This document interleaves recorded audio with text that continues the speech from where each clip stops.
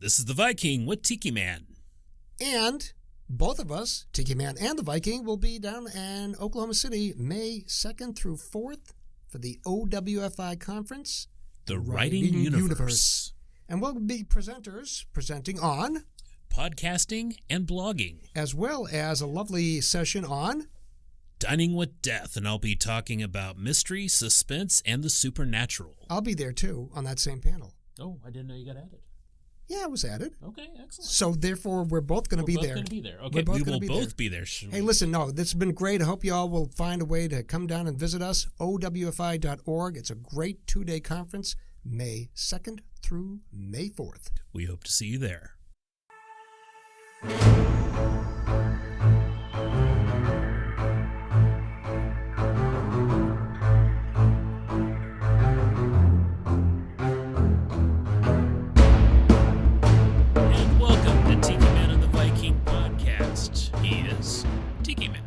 I am H.B. Burlow, the author of the historical crime fiction series, The Wichita Chronicles, Volume 1, The Day of Calamity. Across the stage is The Viking. I am William Bryan Johnson, author of Held to Pay and The Dark Cry of Aristed, and today we're going to talk about... Well, you've got a book written. I've got a book written. We're talking to them out there. Oh, well, I do have one that I know you've got it. You've got your book written, you've got it edited, and now you want to get it out there, so you want to get it published. So people can love and adore it. Well, of course. They definitely love and adore what you write. Yeah, well, sometimes. Yeah, okay. I found my first 1-star rating that the person decided not to leave a comment, which makes me wonder if maybe I've got somebody angry at me that put a 1-star review. Not me. Yeah. Anyway. So there's various ways of getting your works out there, of course, right? Self-publishing. Yes. Self-publishing. You've done that? I've done. Okay, I've done that too. And small press. Small presses. And there's a differentiation when you talk about small presses. My first 2 books were published by a small press that primarily did e-publishing and would begrudgingly put out a hard copy if there were enough reviews. So the first of the 2 books, there was a book that was out, but he kind of folded up, and that's where I went to another small press. And that's where we have to make sure that people understand there's so many small presses out. Basically, there's 4 or 5, maybe 6 big presses? Yeah, I think really with all the mergers and acquisitions, I think they're down to 2 or 3 now. Okay, there you go. So beyond that, everything is a small press, and you have to pick and choose what works for you. That's right. And I also started off with a small press, a little place in Chicago that actually had a storefront. And they put out ebook, and they also did a small publishing run. Wow. What happened to them? They folded. The world of publishing is difficult, folks. Make no bones about that at all.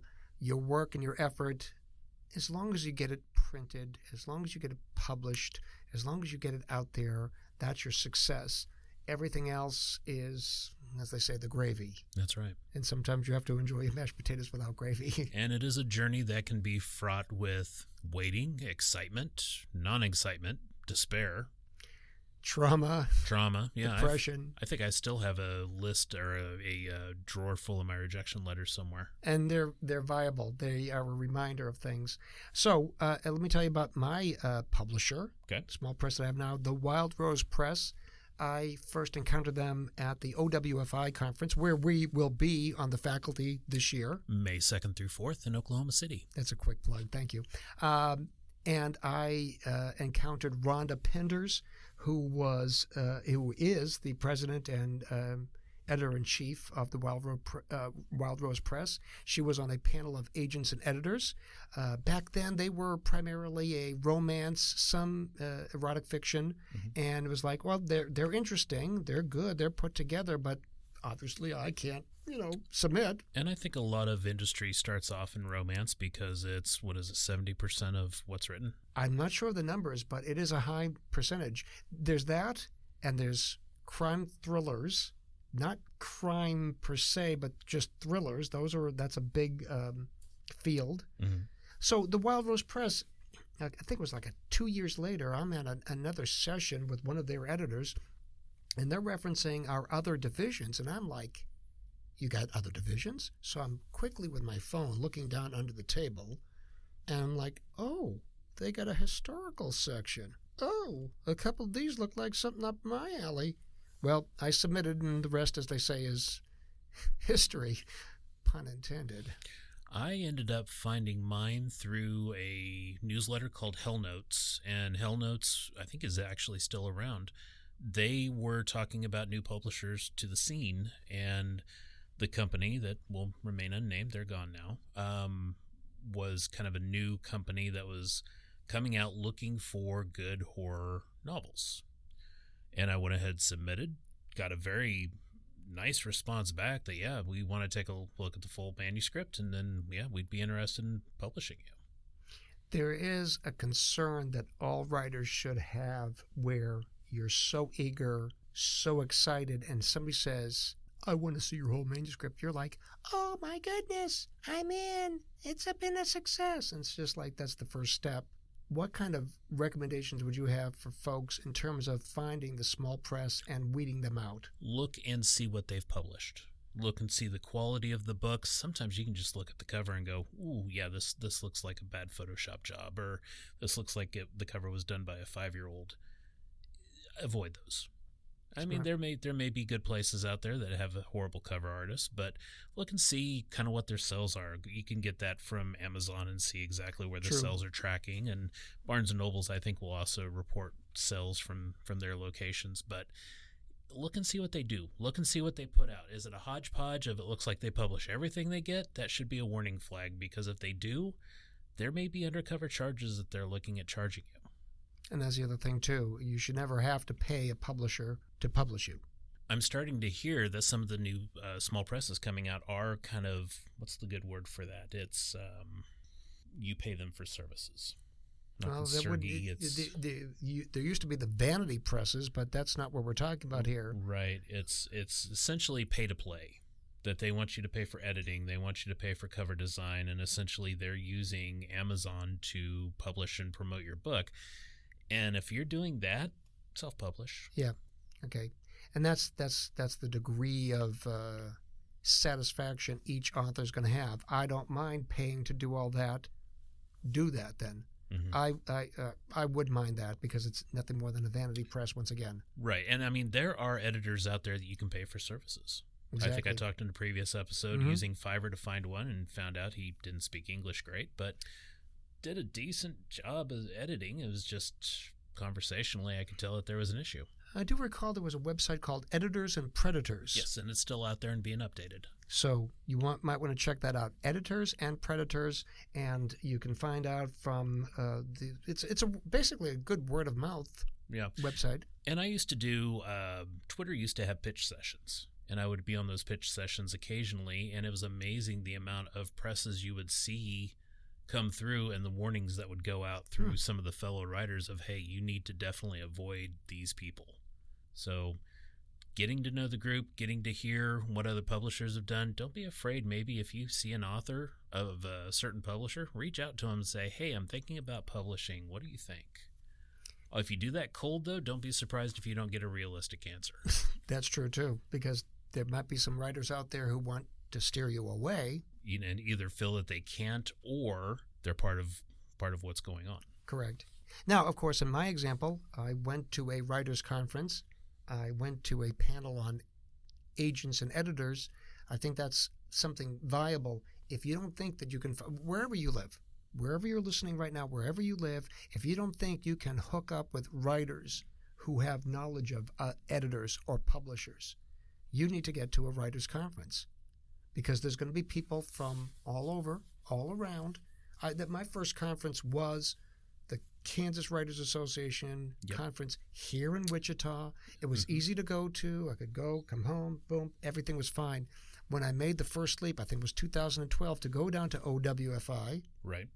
That was like, okay, I got to spend the money. I got to take the day off. I got to drive. Right. I got to get the hotel room. Yep. I got to make extra effort.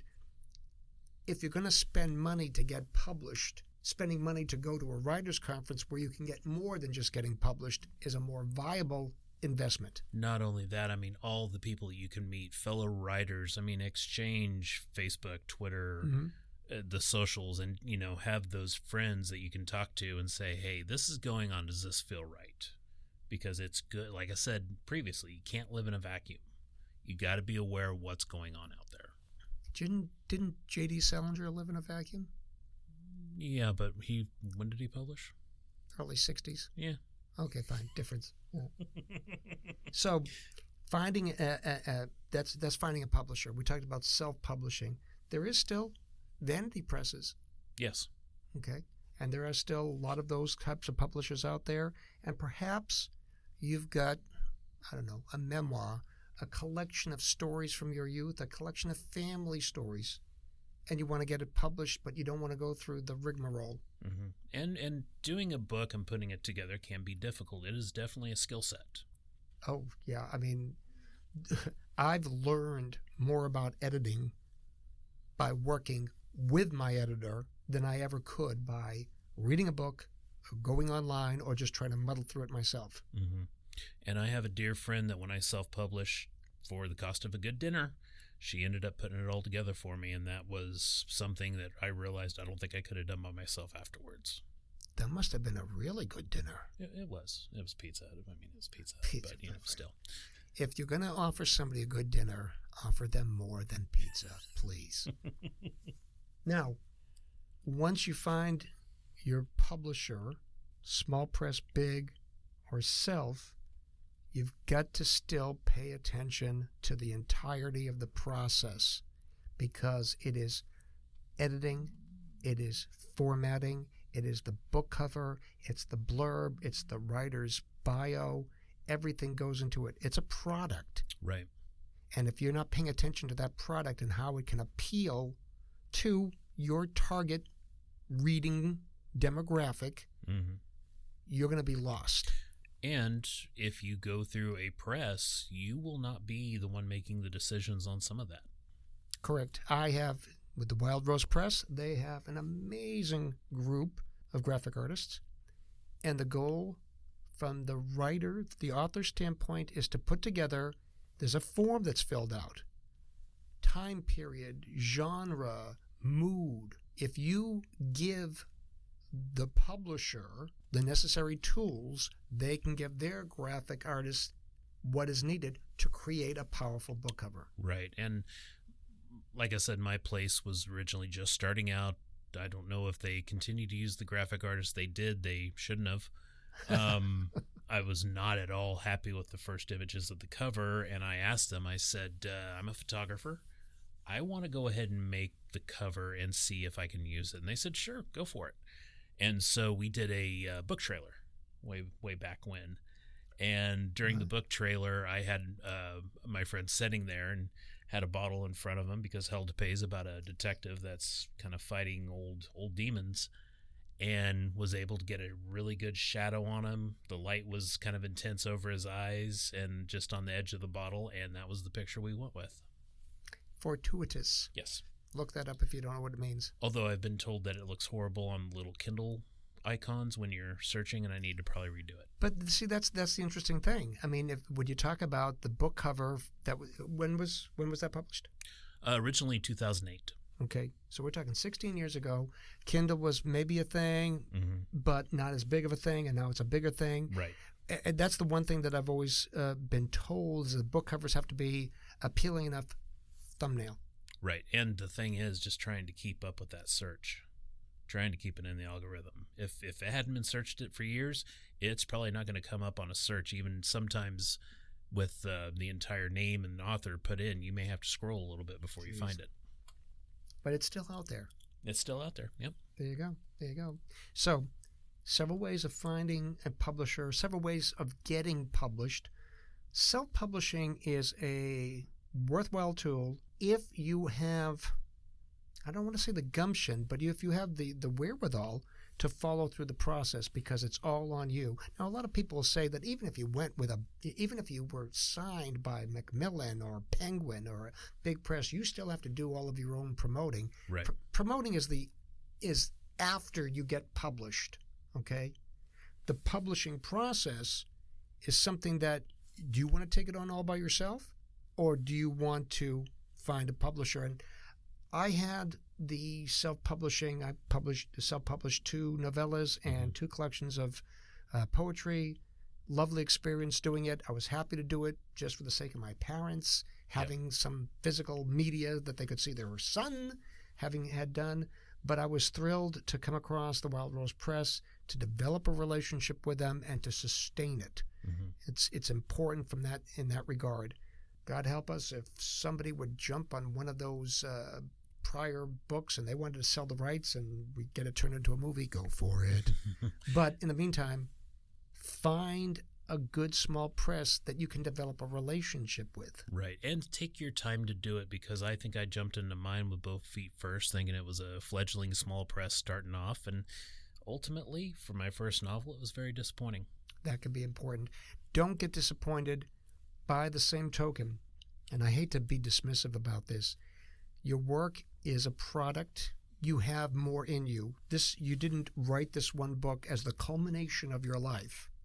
Hopefully you have more works within you. If you made a mistake in choosing the publisher, the small press that went out of business, didn't pay attention to you, at least have satisfaction in knowing that something you worked on from a literary standpoint got published. And it's out there. And it's out there. And continue. During the process of getting a book published, you should already be working on the next one. Right. And it seems, it's such an overwhelming task sometimes. It's kind of hard for people to think about that. Well, yeah. Okay. Shouldn't I just focus on this one? Well, yes. Some of your focus. Is it a standalone? Is it a sequel? Are you planning on doing more? Yeah. Well, and of course, in my case, writing a historical crime fiction series, I had a publishing date of November 29th of 2023 that was given to me back in May of 23. In the meantime, I'm editing book 2 and outlining book 3. Book 1 gets released. I'm done with the editing on book 2, presenting that to the publisher while I'm now writing book 3 and contemplating book 4. Oh, very nice. And people say, how do you do that? And I say, I don't know, but I do. and how do you focus on that? Is there an answer? My focus is terrible. I think I'm ADHD all over the place. But, I wrote Hell to Pay thinking of turning it into a series. I actually had a comic book that was, I think, the 3rd book in the series. Never went anywhere. Went back, wrote Hell to Pay, had the idea for a 2nd series, then life happens. Ended up going back to school. Parents got sick, had kids. I mean, so many things happening. I just didn't have time to write. And then I ended up doing Darkrai of Erised, and of course now I've gone back and I'm writing the prequel, because one of the secondary characters really emerged in the writing of the first book. So now I'm writing his tales. And see that people often think that you need to write the next book.